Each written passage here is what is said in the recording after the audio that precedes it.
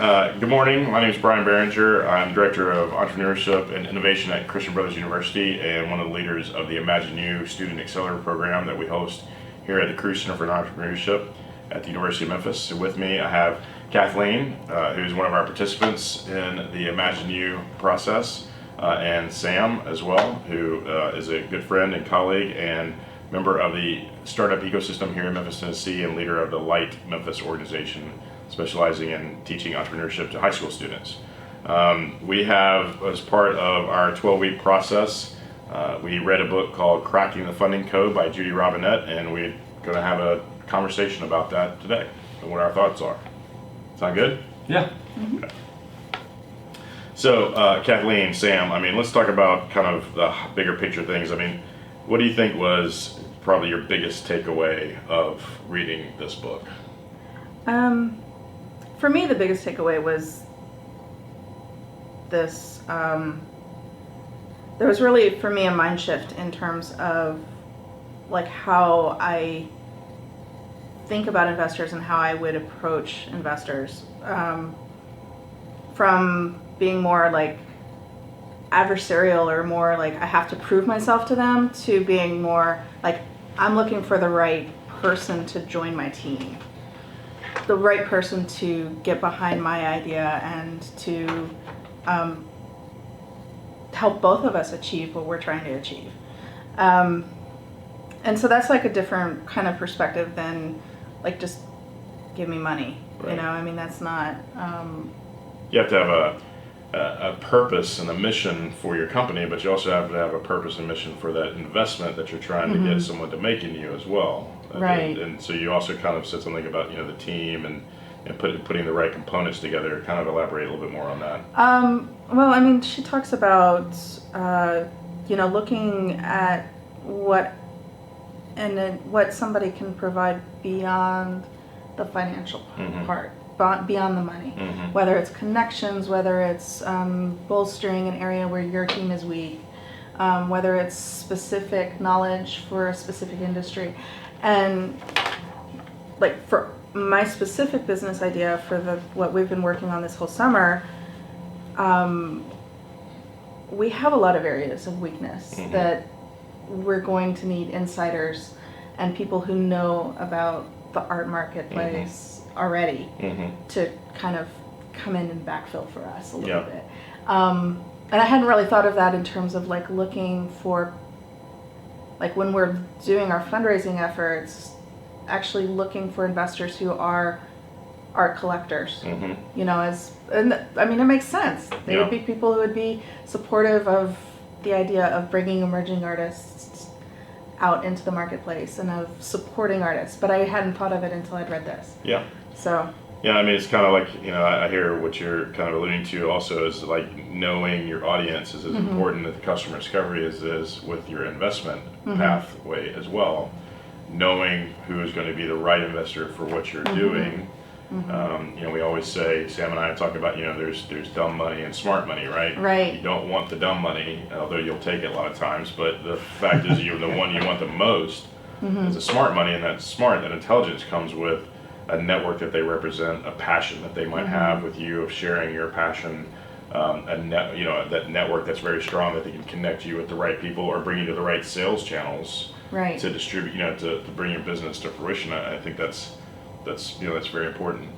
Yeah, and one thing that stood out to me was, and we were talking about this earlier, kind of the emphasis on empathy. You mentioned earlier this preconceived notion that the fundraising process has to be a bit adversarial.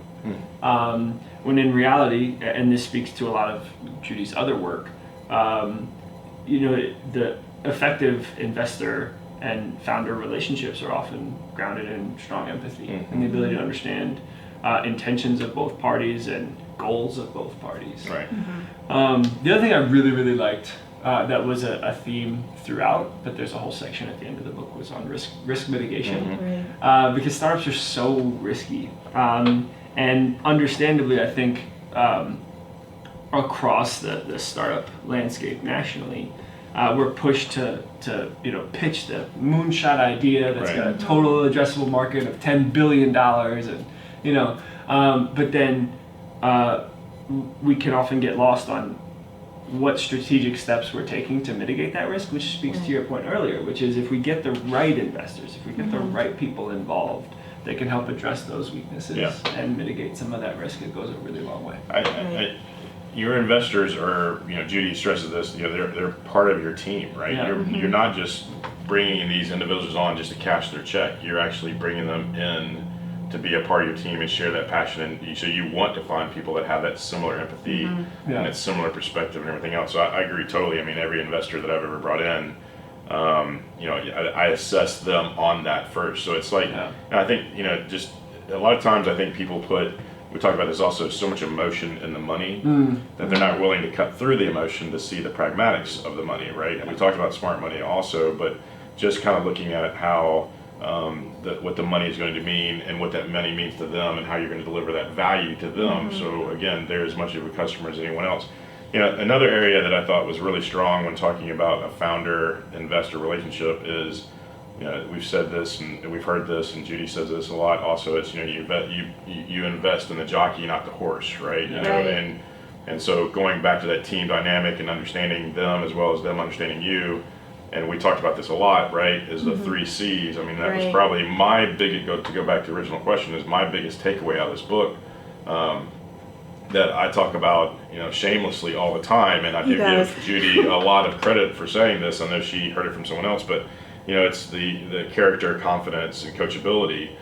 That if you have those 3 C's, that's going to resonate very clearly to someone who cares about that, which most investors and more investors are caring about that more than anything else, because they're tired of kind of this spray and pray kind of investment. They want to invest very strategically. So if you do have the right character, what who you are when no one's looking, the right level of confidence without being arrogant, and you're willing to learn, that's big. It goes back again to the smart money and putting yourself in the right investment team. So what do you think about those 3 C's? How has that kind of influenced you over the summer?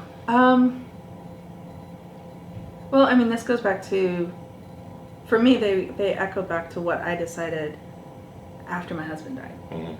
And I realized that I was the main person who was going to be influencing the rest of my son's life. Right. And for me, that meant deciding that I didn't want him living an artificial or unfulfilling life, and that meant that I didn't need to be doing that either. I needed to be modeling for him how to live authentically to himself and how to accept himself, how to, assess his strengths, assess his weaknesses, address the weaknesses while also continuing to coach the strengths. Like that whole idea of we're never a static person, we're somebody who's continually learning, continually growing. Right. And I mean, I set out very deliberately to model the traits that I wanted, that I felt were important for him to have for a happy life, by acquiring them or strengthening them in myself. And I mean, character is this very complex idea, but it includes that idea of authenticity, of being yourself, of being honest, not just in how you're presenting yourself to other people, but honest with yourself and in your own self-assessment. And confidence comes from that, because when you're an authentic person, you believe in yourself, and you can. How can you not believe in yourself if you're being who you are? Right. That's not something that's fragile or breakable by other people. And coachability comes out of that as well, because if you're being honest in your self-assessment, you're like, oh yeah, I didn't handle that real well. Maybe I need to learn something on this. Like maybe there's a skill I need here. Or, oh, I did that really great. Maybe I don't need to spend so much time on that. Maybe I can focus on this little area of weakness instead. Or, and so for me, hearing those in this program and then seeing them in the book, it's been like, oh yeah, I'm doing what I'm supposed to do. Yeah. I mean, it's kind of like it's a different language for something that I was already trying to figure out how to do. Well, Or thank you for already exploring. Yeah, thank you for sharing that. I mean, I think that's exactly why she puts such importance on it in her book, and why she talks about it a lot in her other material and everything else. Yeah. And it's something we introduced in our teaching as well here. Thoughts? I think it's hard to follow up with what you just Yeah. said. It was so perfectly said. To be honest. You Yeah. can transition to another topic if you like. Another point of interest of the book that you had. I guess I'm really curious on, we've talked about some of the big broad stuff like character coachability and confidence. But I'm curious if there were specific takeaways from within the book that really made you shift the way you thought about the whole startup process. We talked a little bit about fundraising, right? And the way your mindset is shifted around raising money, but more building a business from scratch. I'm wondering if there were any shifts from the content. There's definitely a couple of tools that are mentioned in here, like the waterfall chart or waterfall table. And I was talking to Bryan a little bit earlier about how much I really kind of wished I had like that whole chapter on financials earlier, because that's an area I don't feel all that confident in myself. I mean, I'm not a business major, so I don't have like some of the vocabulary or some of the concepts that people learn in that. I'm coming from an artist background, so even though I don't necessarily not understand the financial sides of, or the financials part of it, it's still like I feel like I shouldn't understand it, And so that, like in terms of a mind shift from that, I think like there's this idea in here of being, like looking at your team and being able to, or being willing to identify strengths and weaknesses in your team. Yeah. And, that's like looking at my team, looking at Trey, looking at Jahari, looking at me. This is an area like none of us are really all that like confident in the financial side of it. Yeah. And so for me, like looking at that, it's like, oh yeah, we do need to go do more customer discovery. We do need to get more in customer response on what we're doing, so that we can be a little bit more confident in our predictions. Because right now we don't have a lot of that data. And we're trying to do something where there's not a lot of visibility in the marketplace already. So if there's not a lot of visibility, galleries that are already existing, they're not sharing their sales data. Christie's doesn't share very much of their sales data. Sotheby's doesn't share very much of it, right? I mean, the global art marketplace is kind of notorious for being opaque to people who are not already inserted into one of the major players. So, like, we know that, and that just means more customer discovery. So it's like we've got the tools already to address like one of like probably the biggest weakness that we have as a team.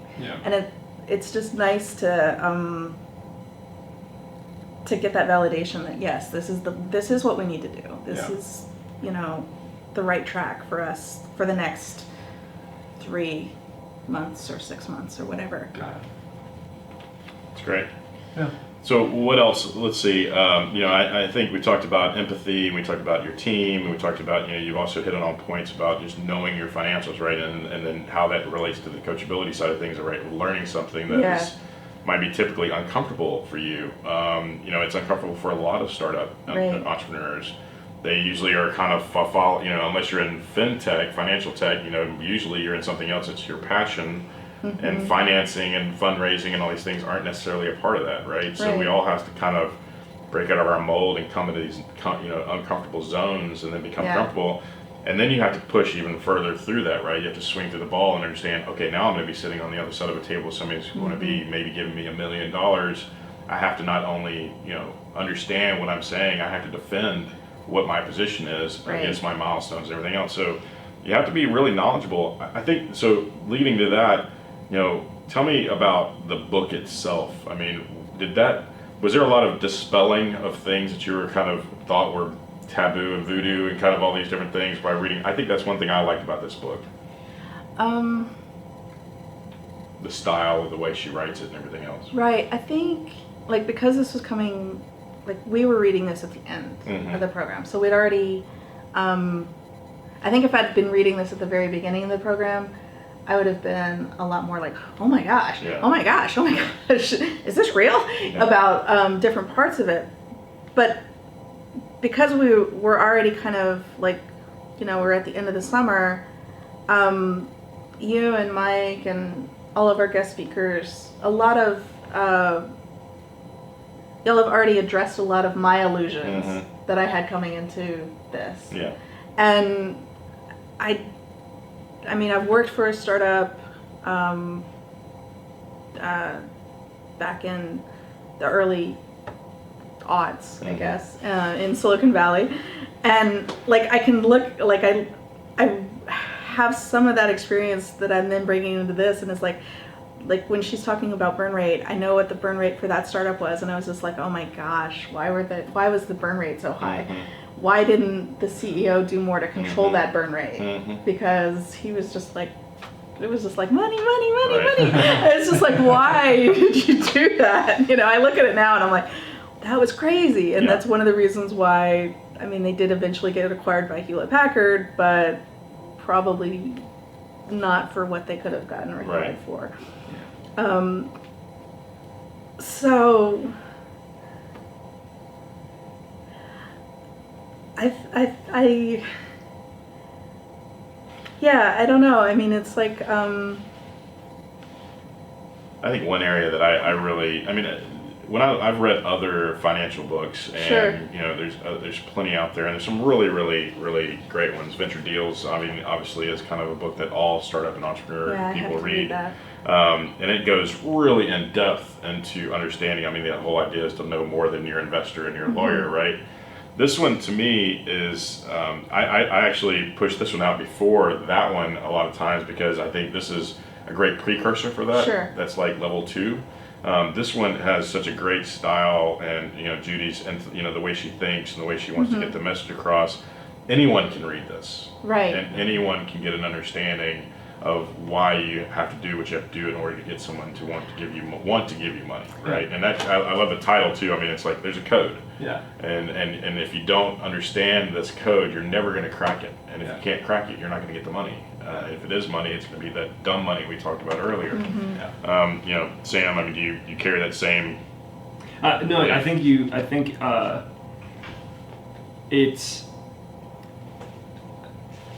I was thinking a lot actually about this idea of where this fits in with Venture Deals, because Venture Deals has obviously been so widely promoted as something that founders need to read to understand the financing landscape. But I actually believe that Venture Deals is inaccessible in certain ways, and that's a huge limit to its impact. And I think that part of why I love this book so much is that it is very linear and digestible in a way that makes me not only feel comfortable with the topics presented, but also I feel really comfortable sharing it with people, you know, with my high school students, with my college students. That's a good point. Because I think that they will leave, speaking of character, coachability, and confidence, with a different level of confidence as it relates to these topics. Whereas I question whether you leave with similar confidence walking out of a session. I think accessibility by a large population is really what I think that says it better than what I said about this book. Any final thoughts before we wrap it up? Other than you would recommend this book to pretty much anybody and everybody? I do. Yeah, I do too. Just that this is also really it's a really good book for pointing you in the directions that you need to find more information. Yeah, that roadmap, right. Like, I mean, risk mitigation is something that an entire, like, books and books and books can be written about. Due diligence is something that books and books and books and books can be written about. But knowing that those are areas that are important for making your pitches means, oh yeah, let me go find out a little bit more about what I specifically need to do with this particular area Right. in my specific business Yeah, area. for that Or- specific audience. Right, and I Yeah. mean, the same thing with like the contracts and with the negotiation process. Mhm. All of that is stuff where this starts you out, Mm-hmm. and like I know, like, okay, I can go find out more about this specific part, either through venture deals or through Right. other books that are, you know, more in depth in that Right. specific area of things. Yeah.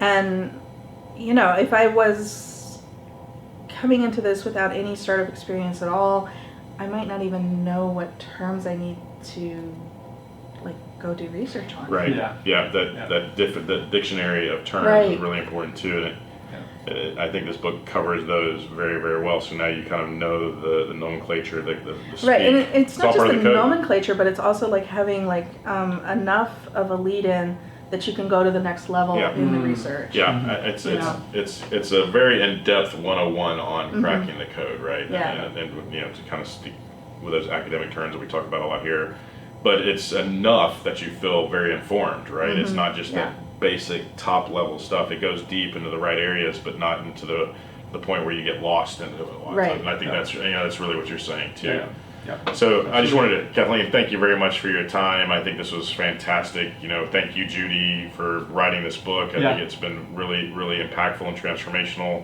Again, I'm Bryan Barringer from CBU with Kathleen Stevens from Art Connect and Sam Hasty from Byte Memphis, and we really enjoyed the book. And thank you very much for your time. Thank you.